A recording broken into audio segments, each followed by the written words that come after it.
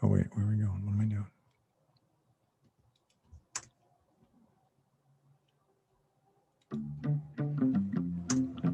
Boom, live, just like that.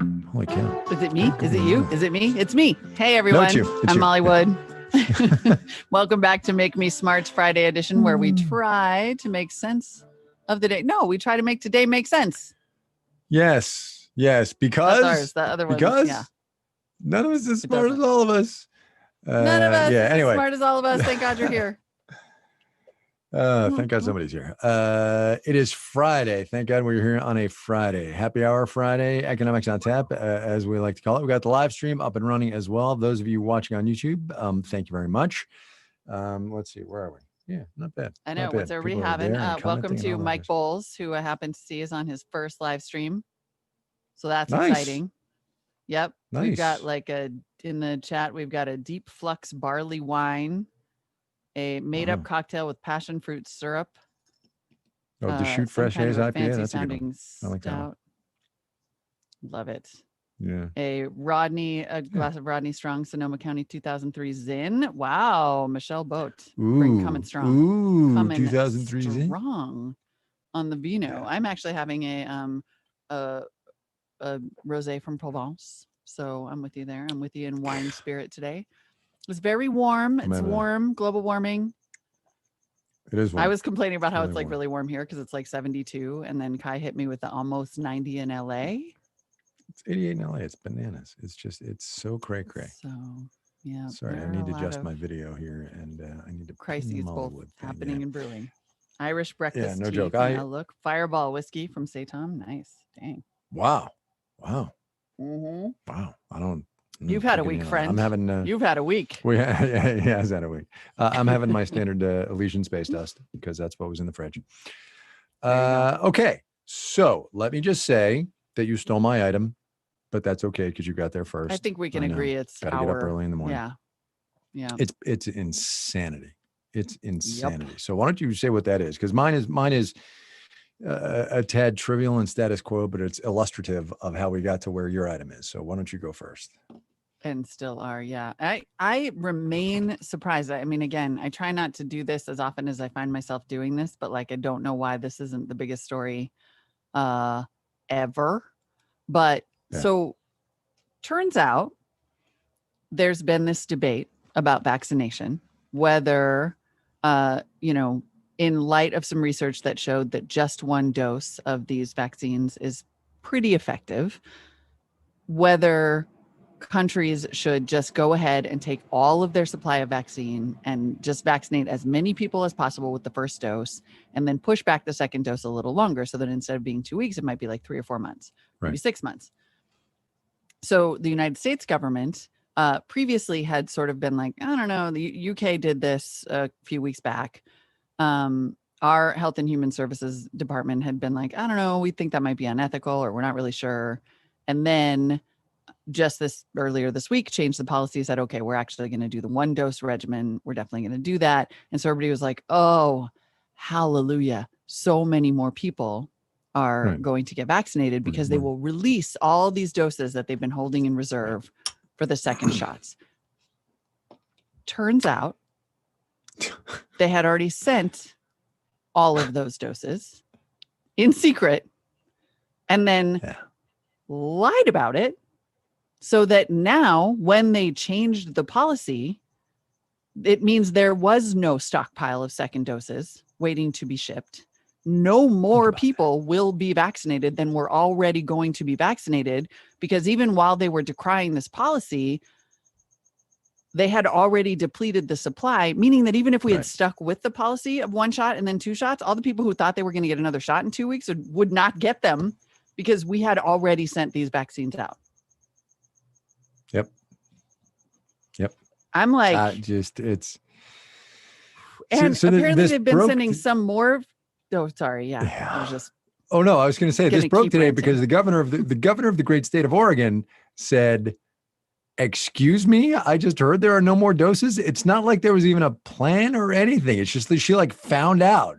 And now she and all the other 49 states and whatever territories we are supplying with this vaccine,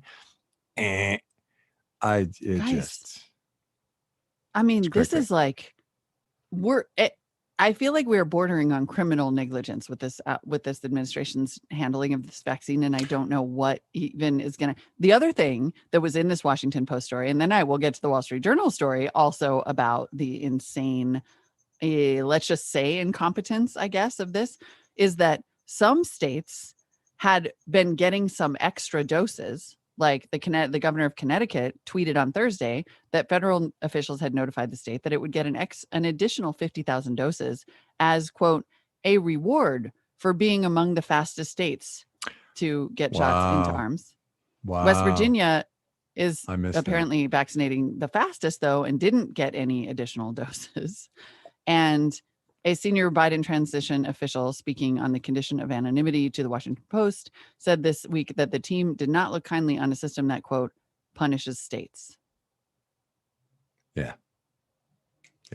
Oh, and also the CDC had a plan to distribute and administer COVID-19 vaccines, because this has been a big thing for like the last 9 months, how we've been talking about how it was going to be a really big logistical challenge and they should really plan for it. And the CDC had wanted to start helping states plan in June how to get people vaccinated. And officials at Operation Warp Speed put it on ice for months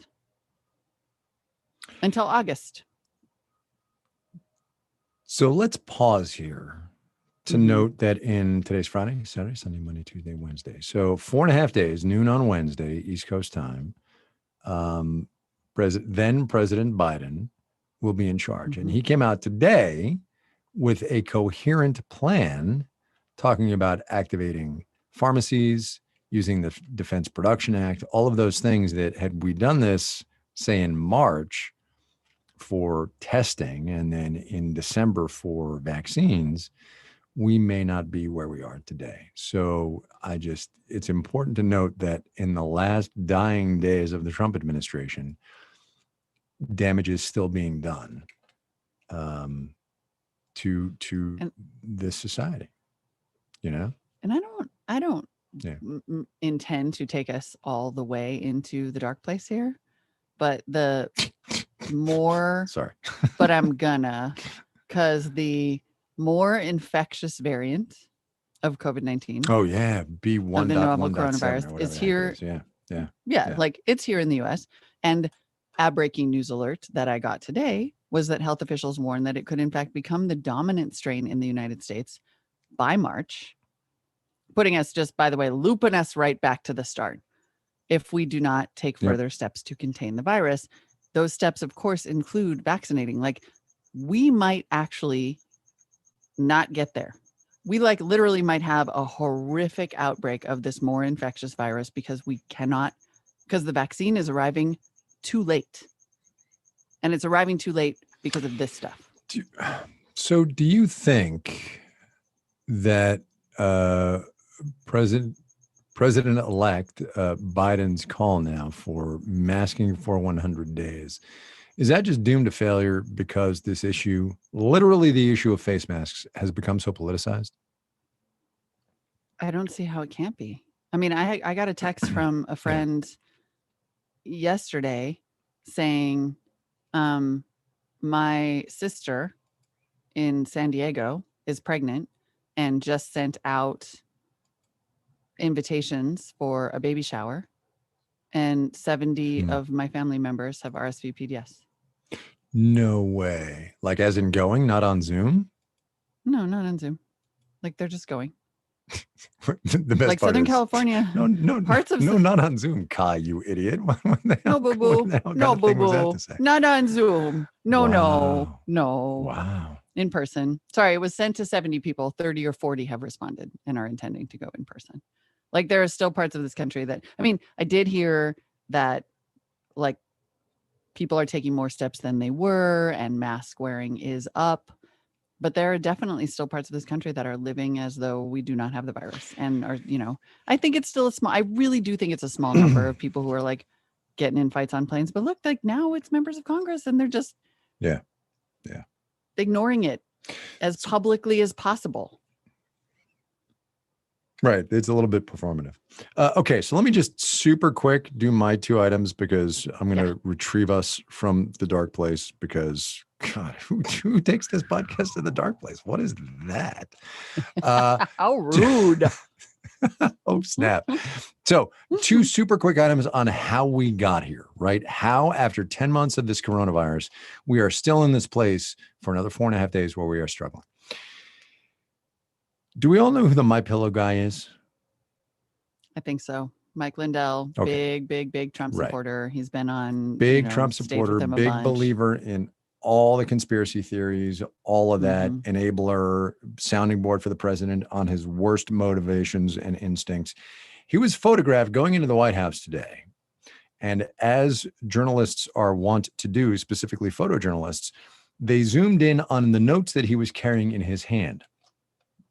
And the notes that he was carrying in his hand for presumably, although we can't be sure, a meeting with the president of the United States, said things like actions to be taken immediately to save the Constitution, Insurrection Act, consultation with Sidney Powell, who is, of course, the discredited attorney for many of the attempts at overturning the election, wants to move the acting chief of staff, one of the deputy chiefs of staffs at the White House, to acting CIA chief, those kinds of things. So he is still in his waning days getting advice from people who are beyond the fringe, who have not acknowledged reality, and who are giving him terrible, terrible counsel. That's item number 1. Item number 2 is the acting Secretary of Defense of the United States of America, who in a gaggle with the press corps today said, among other things, number 1, I cannot wait to leave this job. That's a quote. Oh my God. And number two, he said, in response to a question about the Russians, he said, I kind of, like professionally, I'm like, wow, they're doing pretty well. And they're using a lot of irregular warfare concepts, information, all that stuff in a way that, like good on them. That's the Secretary of Defense. So if you want to know how we got here, that's how we got here. Remember, this is the acting Secretary of Defense who was put into place after Esper was fired or quit, take your pick, and who the president put into place to enable him to draw down forces in Afghanistan on the way out the door. Anyway, I just, it's a little punctuation mark to the virus story because they're all connected on how we got here. Yeah, that's it. That's what I got.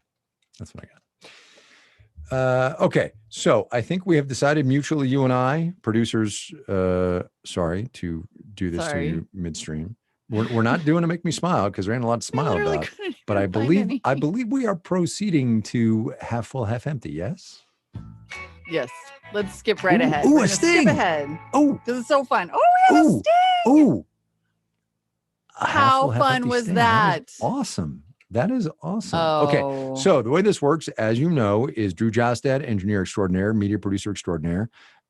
He is downtown in the studios in LA. Charlton is driving, by the way, today, but I think Drew's here just to provide the content, as it were. Okay. All right, Drew, you're it. Hit it. All right. What do we got? Oh, very interesting. Very interesting. Bond? So baby bonds are a proposal by, among many other people, Cory Booker, senator from New Jersey. New Jersey.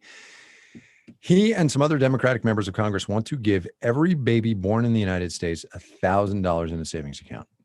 That money will compound over time so that by the time this child is ready to go to college or enter the workforce, he or she will have some opportunities and options that they might not ordinarily have.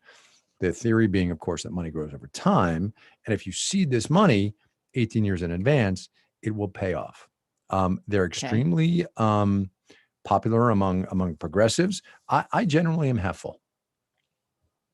I feel like I'm half full on that. I mean, I think, we have such a small number of people invested in the stock market, and it's such a obvious way to make money. And let's be real, retirement's going away.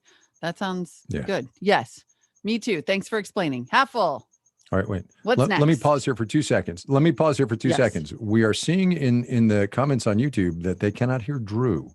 I imagine it's a switchology thing. Oh, okay. We're working on Drew. That question was, we'll repeat it for those of you in the chat. Baby bonds. Were we or baby were we bonds, not half full half or full on half baby empty. bonds? All right. Okay, we'll repeat the next Drew, one you too. keep going. Yep. Okay, Netflix, one movie a week. Oh, Netflix one movie a week. The new strategy they rolled out this week. Yeah, what do you think? I mean, who has that kind of time? I'm half full. Like, look, my favorite genre of movie is basically like bad but awesome. So even half of them are trashy action movies, and that one that has The Rock, Gal Gadot, and Ryan Reynolds, like I'm in for that. I'll just watch that every week if I have to. Wait, have they been in a movie together? The three of them, The Rock, Gal Gadot, it's coming out. And I just saw an ad for it last night during the Warriors game, and I was like, whoa. Oh my! I would watch the heck out of that. Stop Holy everything. cow! Right? Oh, for sure. I'm half full because we're never leaving our houses again. So thank you, Netflix. Can we pause here for one moment, because you and I have not had a chance to talk about this, and I don't know where you are on this. WW 1984. Oh my God. Wonder Woman 1984. Where are you? Was awful. I'm furious about it. Good. Hated it. Hated it. Let me just, you know what? I'm not even going to go through all of the reasons why it was so terrible, but it was. But what I'm going to tell you is that if you would like to watch an awesome woman kick a whole bunch of behind in the 80s, watch Atomic Blonde. Yeah.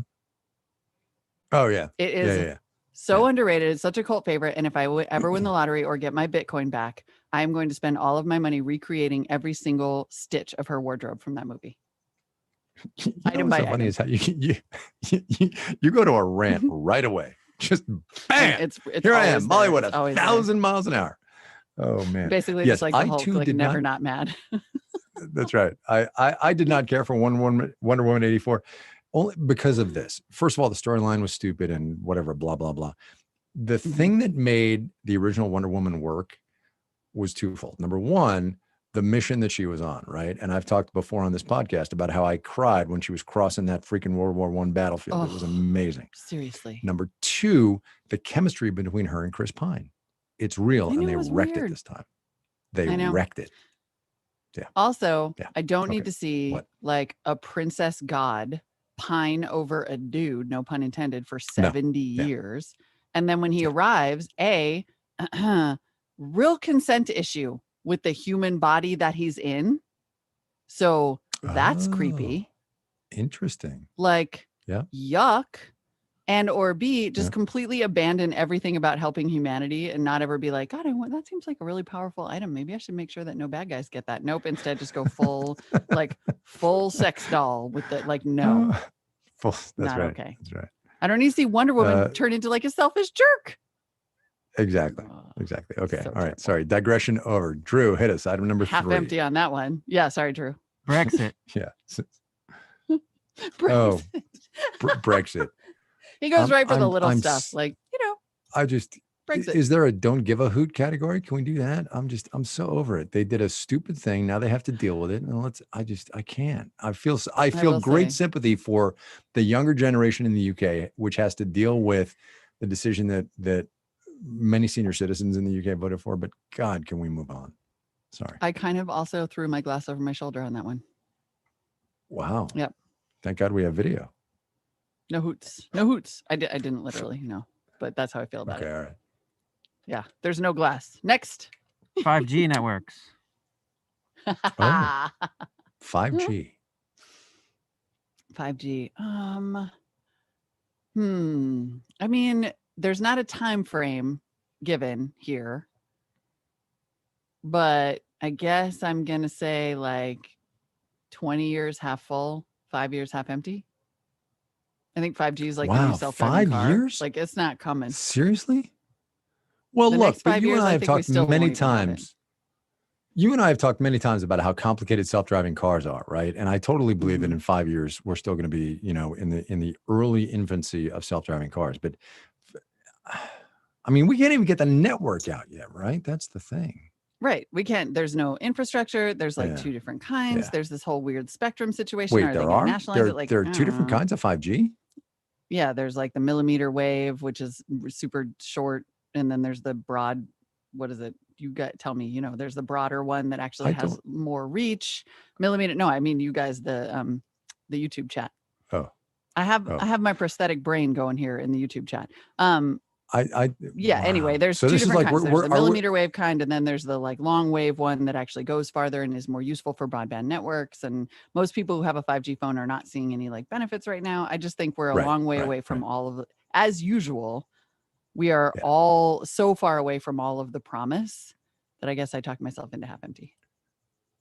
Yeah, I agree.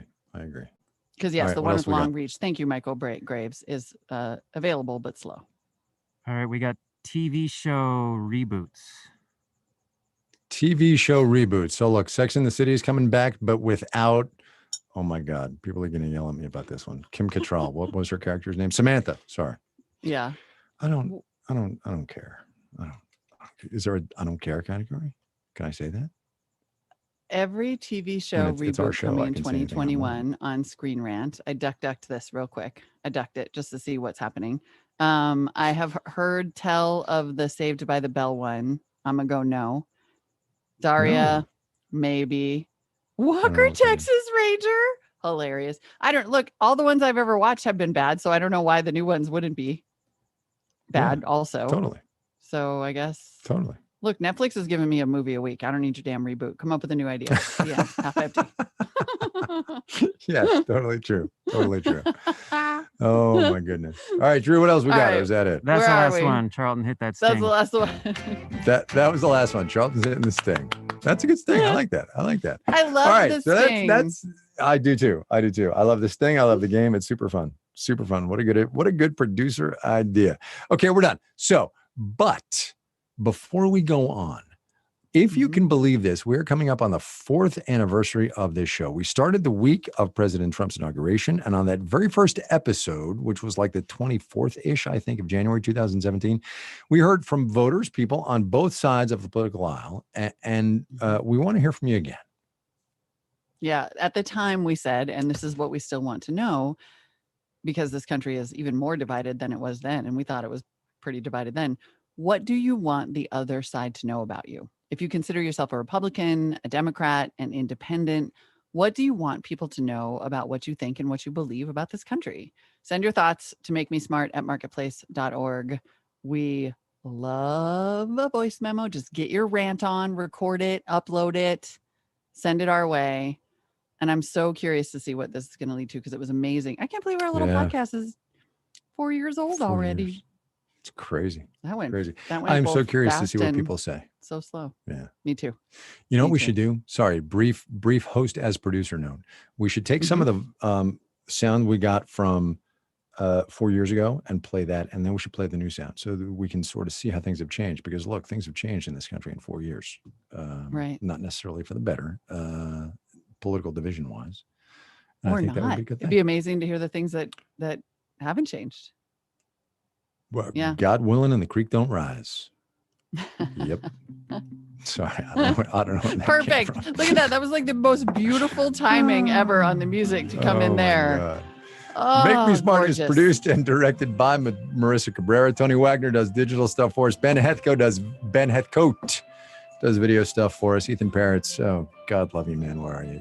Erica Phillips writes our newsletters and then Make Me Smart's on your smart device. Poor You little gotta hope out he's for still Ethan. listening, right? Today's program, I know, Ethan, email us. What are you doing, bro? Today's program was engineered so masterfully by Charlton Thorpe. Half Full or Half Empty was hosted by Drew. Ben Tolliday and Daniel Ramirez composed our theme music, an essential part of our crew. We all agree. The senior producer is Donna Tam, and executive director of On Demand is Sitar Nieves. What are you doing, bro? What are you doing, bro? Oh, You want to hang out? That's too funny. You want to have a happy hour? That is too funny. Oh my God. See, the good news is that Half Full, Half Empty is kind of like a Make Me Smile, because boy, were they upset. Yeah, it with kind of us. is actually. It kind of is. Yeah. We should just make that substitution right now. We're not dissing Drew. There is a very good reason for us insisting that Drew is an essential part of our content production. Who says I we're know, dissing somebody in Drew? chat was like, "Stop dissing Drew." I'm like, it's the opposite. Oh, they don't even know. They don't. It's just. Yeah. Check the Facebook group.